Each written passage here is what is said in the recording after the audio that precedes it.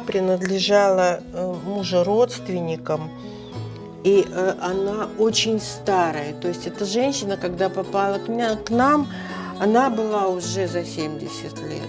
И эта марама принадлежала ее бабушке.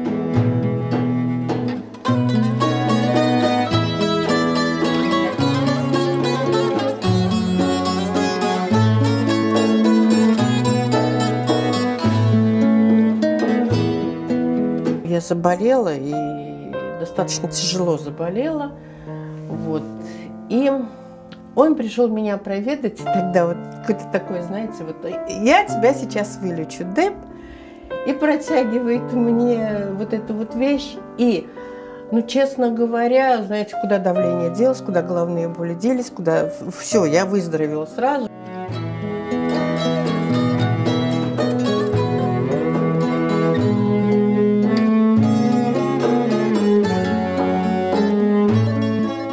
Bu bezmen iki taraflarına kırçıyordum.